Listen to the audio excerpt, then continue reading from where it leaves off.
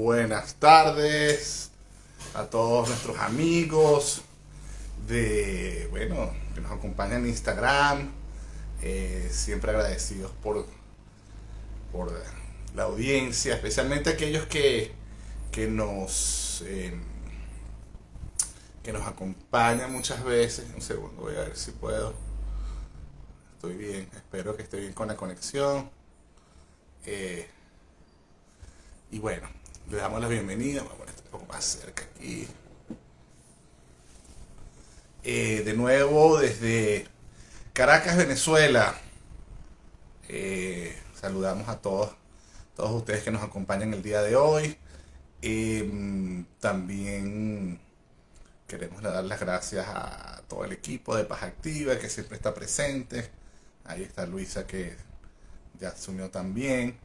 Y hoy, de nuevo la bienvenida. Mi nombre es Luis Cedeño, sociólogo, director de la Asociación Civil Paz Activa. Hoy, el día de hoy, vamos a seguir un poco hablando sobre las implicaciones que ha tenido todo todo este tema de la visita del del fiscal Khan, ¿no? Em, y también qué significa para Venezuela ser dentro de la muy, digamos, joven Corte Penal Internacional, ser el primer país latinoamericano de alguna manera, ser objeto de la apertura de una investigación por crímenes de lesa humanidad, ¿no? Es algo, digamos, inédito en Venezuela, en el mundo.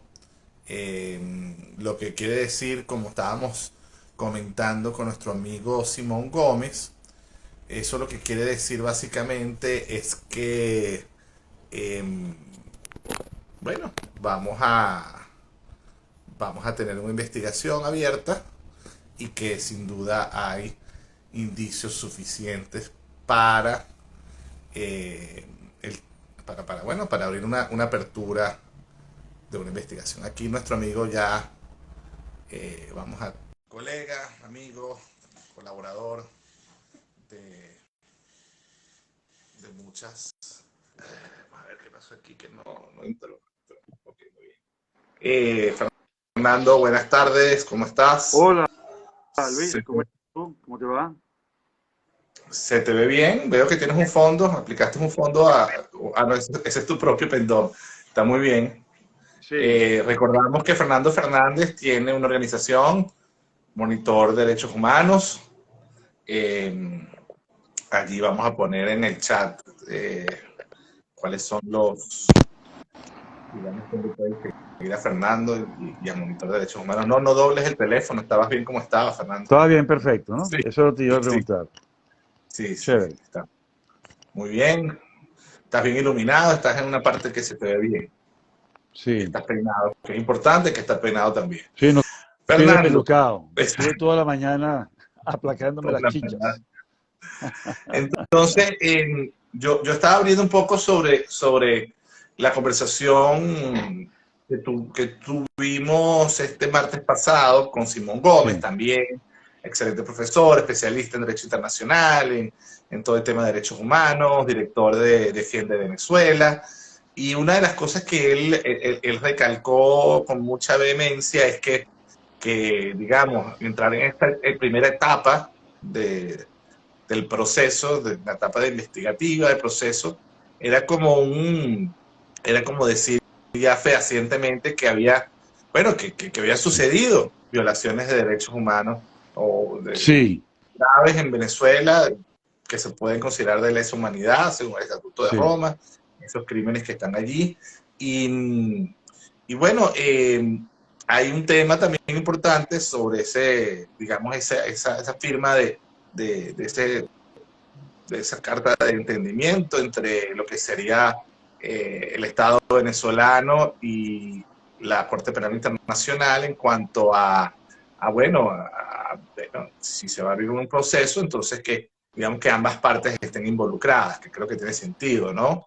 Eh, yo quisiera que nos tomáramos estos 20, 25 minutos. Sabes que esto es un live y esto, tú sabes, toma, es de consumo rápido para muchos, pero aclararles quizá a muchos de ellos el tema de qué significa esta primera etapa, las etapas subsiguientes, qué significa esa presunta colaboración o digamos, vínculo que tendrá el Estado con la Corte Penal Internacional, según esta carta de intención.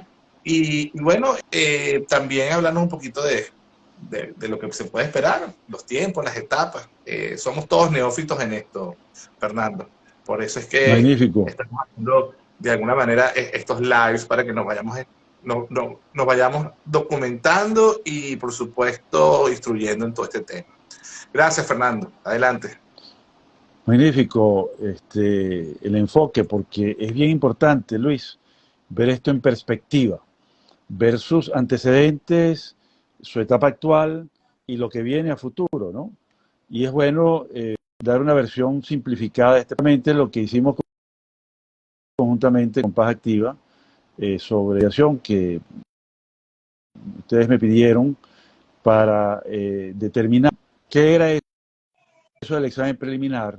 Anticipábamos que en algún momento tendría que abrirse la investigación, porque los crímenes estaban muy bien fijados, estaban ya documentados y verificados que existían los del llamar el proceso de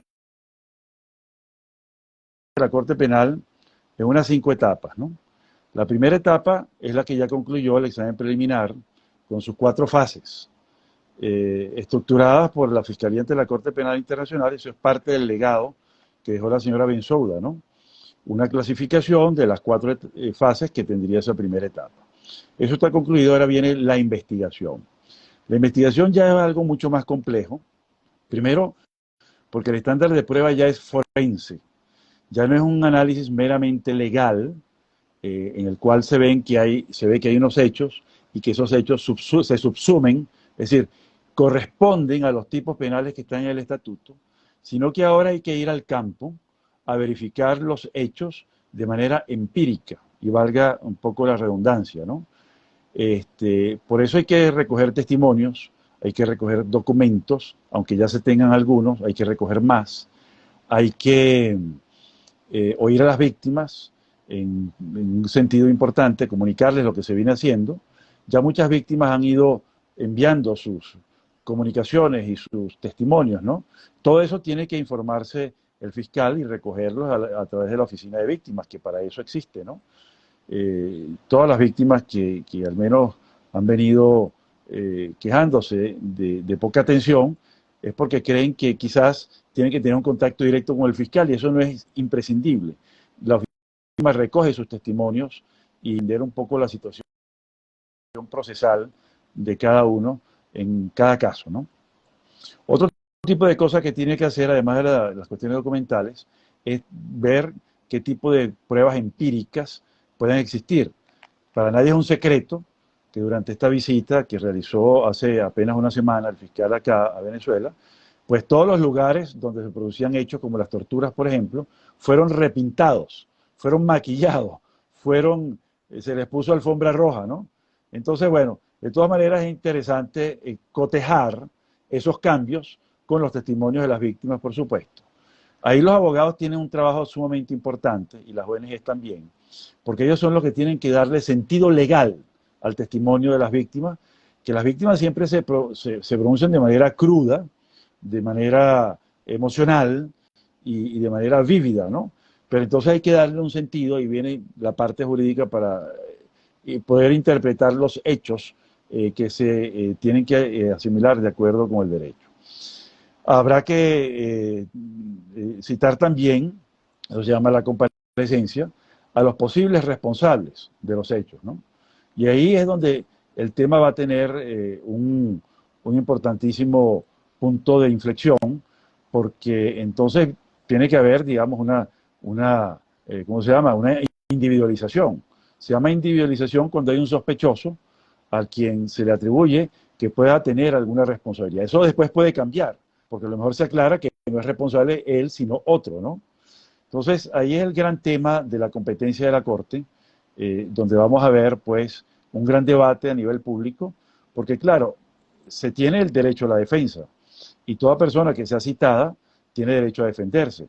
Este juicio y esta modalidad procesal reconoce lo que en la doctrina se llama el derecho a un juicio justo. El derecho a un juicio justo empieza por la presunción de inocencia. La presunción de inocencia es que se considera inocente a cualquier persona, aunque sea sospechosa, hasta que se logre probar la culpabilidad. Y eso se logra es en el juicio. De tal manera, y es importante que las víctimas vayan tomando nota de esto, no se considera que alguien es culpable hasta que no sea condenado. Hasta el momento previo de esa culpabilidad, la persona es un presunto inocente, así sea sospechoso. Otro tema muy importante que vamos a ver, Luis, y con eso concluyo para dar chance a una nueva pregunta, es que se van a poner a prueba las metodologías forenses que existen en este tipo de procesos, ¿no?, de investigación. Uno de ellos es lo que se llama arquitectura forense, que permite reconstruir hechos de manera digital. Eso es algo sorprendente, algo maravilloso, algo extraordinario, que fue parte pues, del legado de la fiscal Bensuda y que se ha utilizado en casos remotos en África y también en Asia, ¿no? Ahora se va a utilizar acá en Venezuela, lógicamente, ¿no? Aparte del estudio sobre el campo, que ya sabemos que tendrá que producirse porque hay incluso una invitación al fiscal para que vuelva al país. Así que te cedo la palabra, Luis. Adelante. Sí, estaba en que no me podía escuchar, pero fíjate, bien interesante, algo que queríamos tocar, vamos a ver que, por ejemplo, el Estado venezolano ha establecido responsabilidades directas de funcionarios, digamos, bueno, torturaron o asesinaron, ¿verdad? Y entonces el Estado ha abierto, por supuesto, juicios a estos individuos. Inclusive yo citaría aquel juicio que probablemente es muy discutido, el de los 7, 8 policías metropolitanos, aquellos, el 11 de abril, que todavía siguen presos, ¿no? Y Sí. bueno, tú hablabas muy bien eso de la presunción de inocencia, pero en Venezuela tú puedes presumir mucha inocencia, pero mientras tanto estás preso, y aquí el retardo procesal es una forma de castigo, ¿no? Claro, Sí, para los que están esperando juicio. sí. Lo interesante que creo que de repente puedes hablar tú es que si bien el Estado puede contribuir a asignar responsabilidades directas, materiales sobre ciertos individuos, la pregunta es, y la pregunta que se hace mucho de las víctimas, ¿y dónde están los responsables aguas arriba? Esos que Ujú. mandaron la orden, ¿no? Se supone, sí hubo una orden, obviamente, se presume, muchos presumen que hubo una orden, pero eso es lo que creo que habría que averiguar y si tú crees que eso el Estado venezolano sea capaz o eso entra ya en una investigación de la Corte Penal, es la pregunta. Oye, muy buena pregunta, Luis, porque eso permite aclarar ciertas cosas, ¿no? Es muy bueno que el fiscal Saab adelante todas estas investigaciones acerca de los autores directos e inmediatos de los hechos, ¿no? Porque eso permite primero acopiar nuevos datos que en el proceso de colaboración que quedó establecido en ese acuerdo, él tendrá que suministrar a el fiscal ante la Corte Penal Internacional, porque eso forma parte pues del mecanismo bilateral. Este es un mecanismo de doble vía, es como una calle con una vía hacia arriba y otra hacia abajo. Entonces, por un lado, la competencia de los tribunales venezolanos se circunscribe a los hechos llamados delitos comunes, que están tipificados en el Código Penal y en algunas leyes especiales, como por ejemplo la ley contra la tortura, o, la, o sí, esa sería, digamos, la aplicable para algunos casos, ¿no? Porque todo lo demás está en el Código Penal.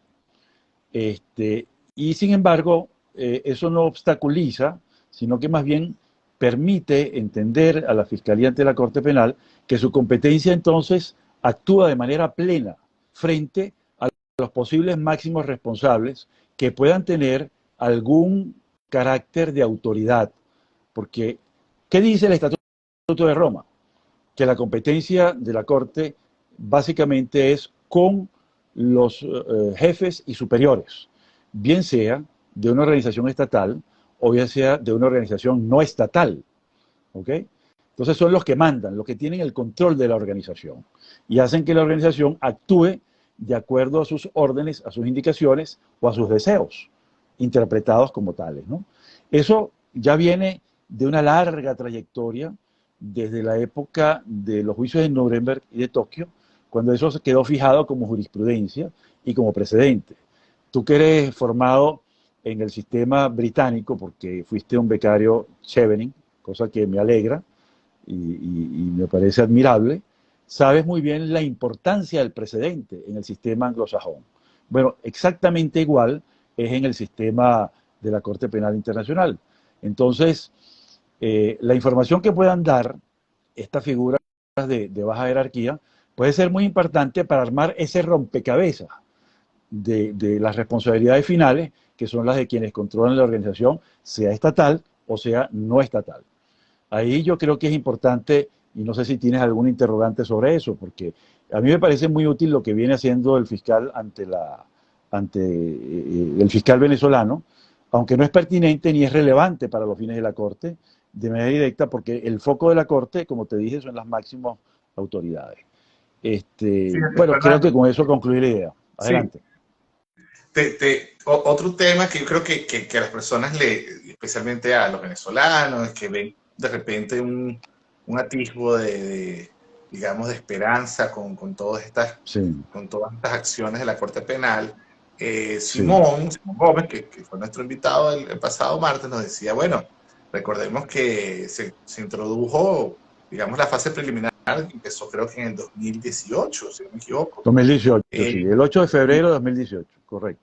y estamos entonces ya en el año, cerrando el año 2021. Y pareciera que este es como que, y eso fue solo la etapa preliminar. Yo creo que muchos se preguntan, y algo que hizo mucho énfasis también Simón fue que estos procesos no son tan expeditos, ¿no? Toman un Claro, tiempo bastante prudencial. En sí, parte, él alegaba que hay una razón de ser, que es que tener todo muy bien documentado para poder correcto. realmente obtener una sentencia, porque, bueno, se presume la inocencia, como tú bien dices, Sí, por tanto, la sustanciación que habría que realizar para probar digamos, una sentencia, digamos, que sería condenatoria en este caso, va a ser, bueno, sería muy exhaustiva, digamos, ¿no? Y que tomaría mucho tiempo. Esos tiempos, ¿cómo se han desarrollado en otros casos de la Corte Penal Internacional, en los casos que ha sido exitoso? Que debo decir que no han desarrollado demasiados casos digamos, hasta sus últimas consecuencias. ¿Qué nos puedes decir de eso? sí, bueno, muy importante. Lo primero que hay que decir es que no hay tiempos establecidos, salvo en algunas incidencias que están previstas en el procedimiento.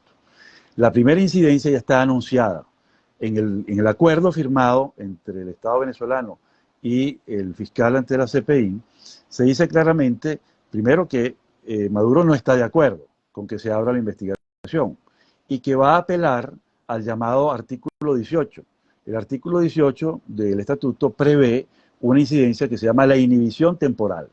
Esa inhibición es un tiempo que va a pedir el fiscal venezolano para tratar de demostrar que él está haciendo las cosas bien y que el Estado venezolano quiere y puede realizar las investigaciones pertinentes y relevantes. Pero en la intervención anterior, gracias a tu pregunta, yo aclaré que estas investigaciones que viene haciendo el fiscal venezolano no son ni relevantes ni son genuinas, ¿no? Porque van en un foco totalmente distinto. Bueno, es decir, eso no es malo que lo haga, pero no es relevante a los fines de la Corte Penal Internacional. Entonces, yo anticipo que va a perder esa incidencia y bueno, y luego iremos pues a todo el procedimiento que viene posteriormente, ¿no? Donde el fiscal ante la Corte tiene que afincar su solicitud de apertura de investigación, su decisión de haber abierto la investigación y decir, no, queda demostrado que la competencia complementaria, que es la que yo puedo ejercer, está plenamente justificada debido pues a que esas investigaciones que se hacen en Venezuela, aun cuando sean buenas, se restringen y se refieren solo a hechos particulares inmediatos de autores directos, ¿no? Y a mí me interesan los autores mediatos, es decir, los que están detrás de toda la conducta que han desplegado esos autores inmediatos. Quizás es un poco enredado, y quizás esto haya que escribirlo en blanco y negro para que la gente lo entienda mejor y poner los cuadritos, los diagramas para que la gente lo entienda de una manera más eficiente, ¿no? Mi- Ahora, vamos a suponer, Fernando, claro, es entendible que en este caso el objeto de la investigación, que en este caso creo que son 13 nombres en ese, ¿cuántos nombres están allí en la demanda directa? Pero claramente está el de Nicolás Maduro y estarán otros allí. Pero supongamos que hay un cambio de gobierno, supongamos que el sistema de justicia toma, toma un cauce donde se reestructura y empieza a atender, digamos, de forma real y genuina estas causas y realmente enjuicia a los responsables, digamos, más altos digamos, de la jerarquía, porque aquí se han enjuiciado presidentes, ¿no? La fiscalía, Ramón Escobar Salón, enjuició a Carlos Andrés Pérez y fue preso, fue hecho preso. O sea que hay en Venezuela precedentes donde el sistema de justicia realmente pueda realmente ser independiente y procesar a las personas de más alta jerarquía. Eso podría suceder en Venezuela. ¿Y qué sucedería con la causa?